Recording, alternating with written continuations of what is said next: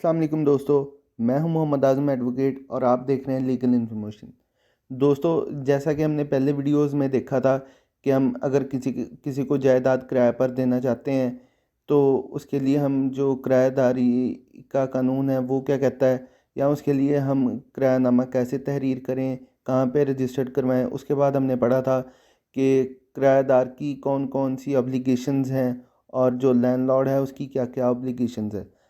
आज हम देखेंगे कि आपने एक जायदाद जो है वो किराए पर दे दी या आपने किसी से जायदाद किराए पर ले ली, तो उसके बाद आप लोगों के दरमियान में जो पार्टीज़ के दरमियान में डिस्प्यूट पैदा हो गया कोई भी, तो या जो लैंडलॉर्ड है उसने किराएदार को घर से बाहर निकाल दिया, या फिर जो किराएदार है वो लैंडलॉर्ड को टाइम पे किराया नहीं देता, या उसका उन पार्टीज़ का कोई भी डिस्प्यूट आ गया, तो जो पार्टीज़ हैं उन्होंने रेंट ट्रिब्यूनल में एप्लीकेशन फ़ाइल कर दी बेदखली की।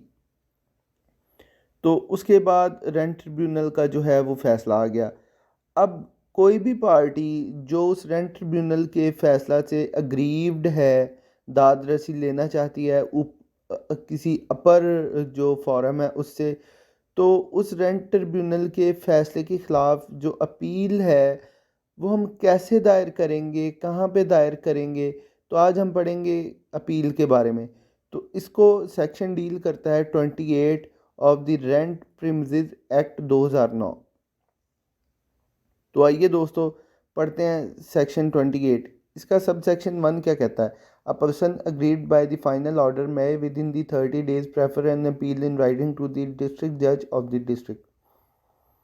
कोई भी पर्सन जो रेंट ट्रिब्यूनल के ऑर्डर से अग्रीव्ड है वो ऑर्डर होने के 30 दिन के अंदर अंदर जो है वो डिस्ट्रिक्ट जज के पास जो है वो अपील फाइल करेगा। No appeal shall lie against an interlocutory order passed by rent tribunal. जो दरमियानी ऑर्डर होते हैं रेंट ट्रिब्यूनल के, उनके खिलाफ जो है वो अपील फाइल नहीं हो सकती। अब सब सेक्शन 3 क्या कहता है। If an appeal under this section is preferred, the district judge may hear and dispose of the same or entrust it for disposal to an additional district judge of the district or the area। अब दोस्तों section 3 कहता है कि अगर कोई बंदा appeal file करता है डिस्ट्रिक्ट जज के पास, तो ये उसकी डिस्क्रिशन है डिस्ट्रिक्ट जज की कि या तो वो अपील जो है वो खुद सुनेगा, या फिर वो अपने सब्स्टिट्यूट जो उसका है, उस सबऑर्डिनेट है उसका एडिशनल डिस्ट्रिक्ट जज, उसको रेफ़र कर देगा, वो आपकी जो अपील है वो सुनेगा। अब सब सेक्शन 4 क्या कहता है।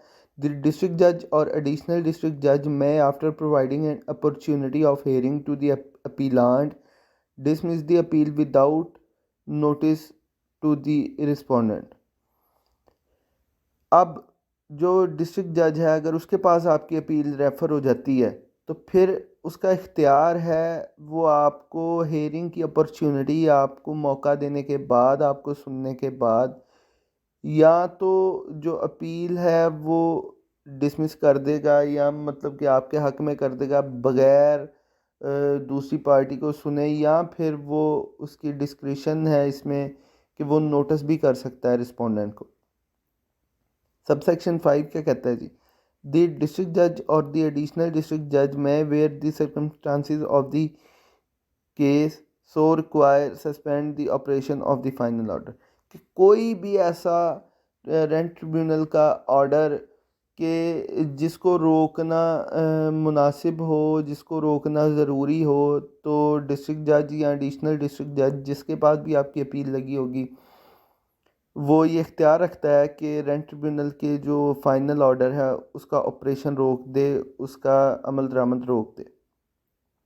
अब सब सेक्शन 6 क्या कहता है। द डिस्ट्रिक्ट जज और एडिशनल डिस्ट्रिक्ट जज में एक्सरसाइज ऑल और any the powers of a rent tribunal under this act. Section 6 sub section 6 कहता है जी कि एडिशनल जज और या डिस्ट्रिक्ट जज वो सारी एक्सरसाइजेज जो हैं वो पार जो हैं एक्सरसाइज कर सकता है जो रेंट ट्रिब्यूनल करती है। डिस्ट्रिक्ट जज या एडिशनल डिस्ट्रिक्ट जज के पास वो तमाम तर इख्तियारात हैं जो रेंट ट्रिब्यूनल के जज के पास होते हैं। सब सेक्शन 7 कहता है जी द डिस्ट्रिक्ट जज और एडिशनल डिस्ट्रिक्ट जज shall decide an appeal within a period of 2 months from the date of filing of appeal. Sub section 7 कहता है जी कि जो डिस्ट्रिक्ट जज है या एडिशनल डिस्ट्रिक्ट जज है, जब उसके पास अपील आएगी रेंट ट्रिब्यूनल के फ़ाइनल ऑर्डर के ख़िलाफ़ या फ़ाइनल डिग्री के ख़िलाफ़, तो वो विद इन 2 months 2 महीने के अंदर अंदर उस अपील को डिसाइड करेगा। सब सेक्शन 8 कहता है जी no appeal shall lie against an order passed by a district जज और एन एडिशनल डिस्ट्रिक्ट जज अंडर दिस एक्ट।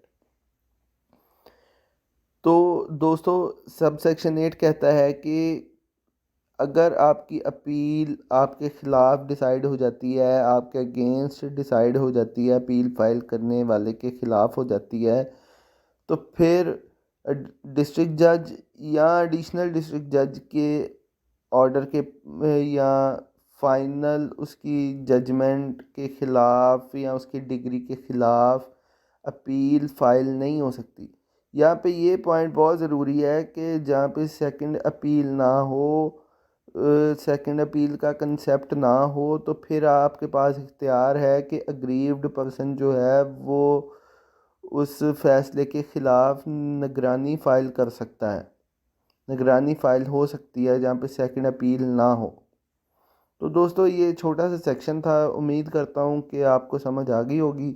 अगर आपको मेरी वीडियोस अच्छी लगती हैं तो काइंडली मेरे जो चैनल को है वो सब्सक्राइब करें, लाइक करें, कमेंट करें और शेयर करें, इससे मेरी हौसला अफजाई होती है।